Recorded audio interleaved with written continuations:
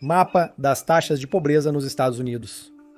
As cores mais escuras indicam os estados com o maior percentual da população abaixo da linha de pobreza federal.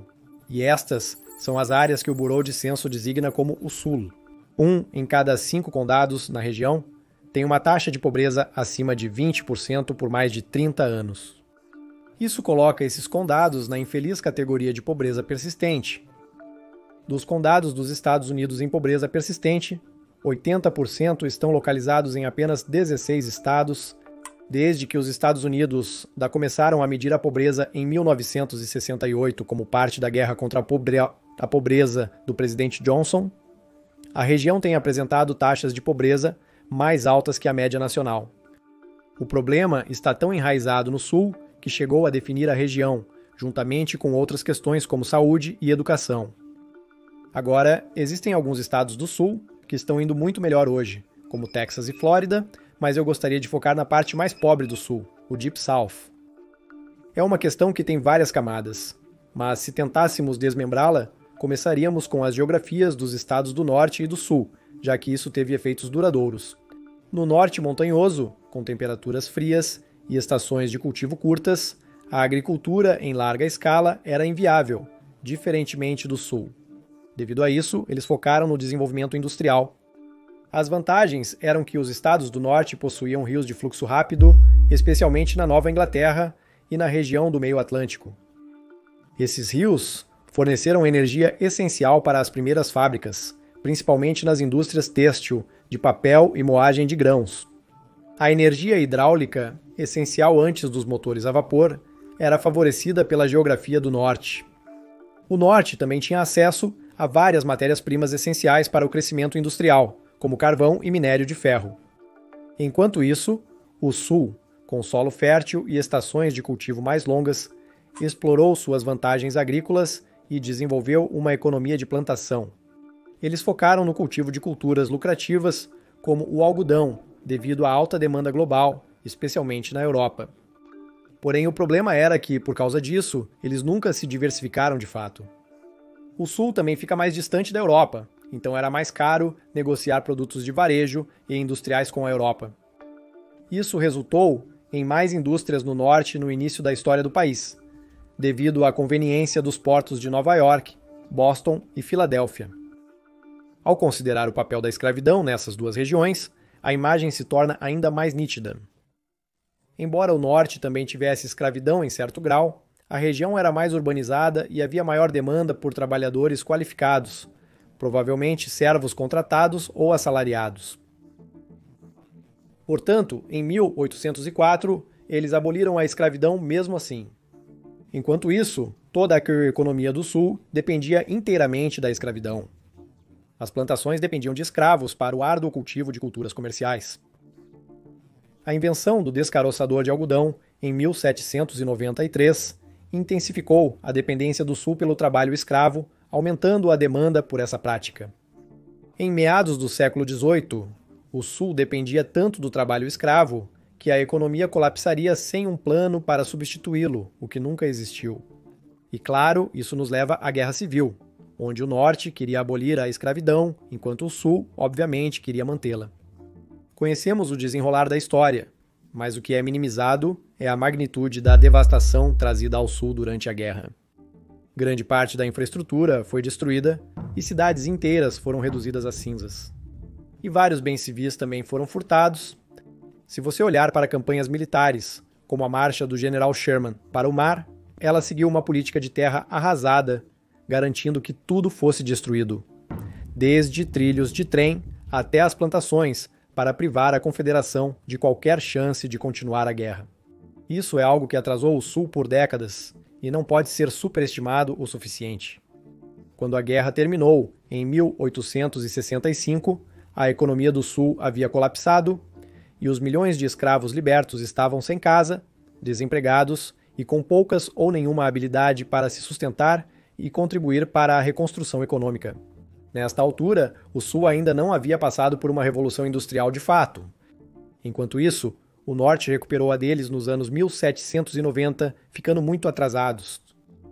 Esses problemas eram compreendidos na época, e a reconstrução foi planejada sob o presidente Abraham Lincoln, visando reconstruir o Sul, restaurar sua economia sem escravos e auxiliar os escravos libertos a se integrarem à sociedade. Claro que Lincoln acabou sendo assassinado, então esse plano foi por água abaixo. Então veio seu vice-presidente, Andrew Johnson, que era de um estado do Sul, e seu plano era muito leniente, permitindo que líderes confederados concorressem a cargos e retomassem o poder, reforçando o status quo. Então veio Ulysses S. Grant, que progrediu em seus 8 anos, mas no final não conseguiu fazer muito. A reconstrução foi completamente cortada em 1877 e nada de fato foi realizado. Então a economia do Sul sempre lutou para se recuperar e alcançar o resto dos Estados Unidos. Os motivos para o seu fim são um tanto sutis. Muitas iniciativas políticas e disputas no Congresso prejudicaram a ideia de que a reconstrução ocorreria após a morte de Lincoln. Mas se você quer saber como ele terminou formalmente após mais de 13 anos sem nada realmente acontecer, foi assim. A eleição presidencial de 1876 foi fortemente disputada entre os governadores Rutherford B. Hayes, de Ohio, e Samuel J. Tilden, de Nova York. Quando os votos foram contados, parecia que Tilden havia obtido 200 mil votos a mais que Hayes. Mas os resultados não estavam claros na Flórida, Louisiana, Oregon e Carolina do Sul, onde ambos os partidos reivindicaram a vitória e alegaram manipulação. Neste ponto, Tilden tinha 184 votos eleitorais contra 165 de Hayes, mas esses 4 estados compunham 20 votos eleitorais. Uma comissão eleitoral foi criada para resolver essa crise eleitoral e todos os 20 votos eleitorais foram concedidos a Hayes em uma vitória eleitoral de 185 a 184 para ele. Isso não veio sem um grande compromisso, e os democratas no Congresso aceitaram essa perda em troca de concessões, com os republicanos concordando em encerrar a reconstrução como prioridade. E foi exatamente isso que aconteceu. Para muitos sulistas, o fracasso da reconstrução era uma conclusão previsível, se não desejada. Há vários exemplos de países que se reergueram rapidamente após perder uma guerra devastadora, como Alemanha e Japão. Mas o Sul nunca se reconstruiu com sucesso, porque não queria lidar com tudo que vinha com isso, como ter tropas federais em suas cidades e revogar leis raciais. Eles não queriam ser incomodados pelo Norte, para que pudessem voltar a viver a vida em seus próprios termos. E foi exatamente o que fizeram. Este vídeo pode soar mais como uma aula de história do que de economia, mas tudo é relevante e você logo verá o porquê. Após isso, durante a primeira metade do século XX, as leis de Jim Crow mantiveram a população negra do Sul, em grande parte na pobreza geracional e na segregação. As leis de Jim Crow preservavam a ordem social, mas eram um grande obstáculo econômico, mantendo o Sul rural, dependente da agricultura e mais pobre em relação aos estados do Norte. O Sul, até os dias de hoje, tem a maior porcentagem de afro-americanos nos Estados Unidos, sendo Mississippi, Louisiana, Geórgia e Alabama os que têm mais. Quando a educação para eles foi subfinanciada, especialmente durante a era Jim Crow, foram criados muitos cidadãos que produziram resultados muito inferiores aos do Norte. Isso teve efeitos a longo prazo muito significativos. A razão para isso é porque a elite do Sul, composta em grande parte por ex-proprietários de plantações, tinha um interesse direto em preservar o status quo, resistindo à industrialização e modernização, porque sua riqueza e poder estavam ligados ao sistema agrícola. Então, em vez de investir em infraestrutura, educação ou indústrias que poderiam impulsionar toda a região e diversificar mais a economia, o foco permaneceu em manter o controle social, particularmente através da segregação e privação de direitos. A elite do Sul não demonstrou interesse em fornecer educação de qualidade, nem mesmo para os brancos pobres. Educar os pobres, independentemente da raça, era considerado potencialmente disruptivo, pois poderia capacitá-los a questionar a estrutura de poder vigente ou buscar melhores oportunidades econômicas fora da agricultura, reduzindo o controle da elite sobre a mão de obra. Ao investir pouco em educação, a elite poderia garantir que as classes mais baixas permanecessem dependentes do sistema agrícola, limitando sua mobilidade e mantendo seu controle econômico e político. Porém, havia também uma resistência cultural à mudança no Sul. O Sul antebellum desenvolveu uma cultura conservadora e tradicionalista, lenta em adotar novas ideias. Essa resistência à mudança também se manifestou na rejeição aos modelos industriais do Norte, que priorizavam a educação e a mão de obra qualificada. Os líderes do Sul eram céticos quanto à modernização ao estilo do Norte, vendo-a como uma invasão ao seu estilo de vida. Quando os estados subjugam grande parte da população à falta de educação e pobreza, é muito difícil enriquecer e muito mais fácil empobrecer. Não mencionando que, após as Primeira e Segunda Guerras Mundiais, houve uma queda significativa na demanda por culturas de exportação, que eram justamente o que tinha proporcionado sucesso relativo ao Sul inicialmente. Isso indicava que, no geral, todos estavam empobrecendo. As áreas rurais, frequentemente isoladas e subdesenvolvidas, também possuíam redes de transporte e serviços públicos limitados, desencorajando outros investimentos empresariais. A pobreza é cíclica, especialmente entre muitas pessoas.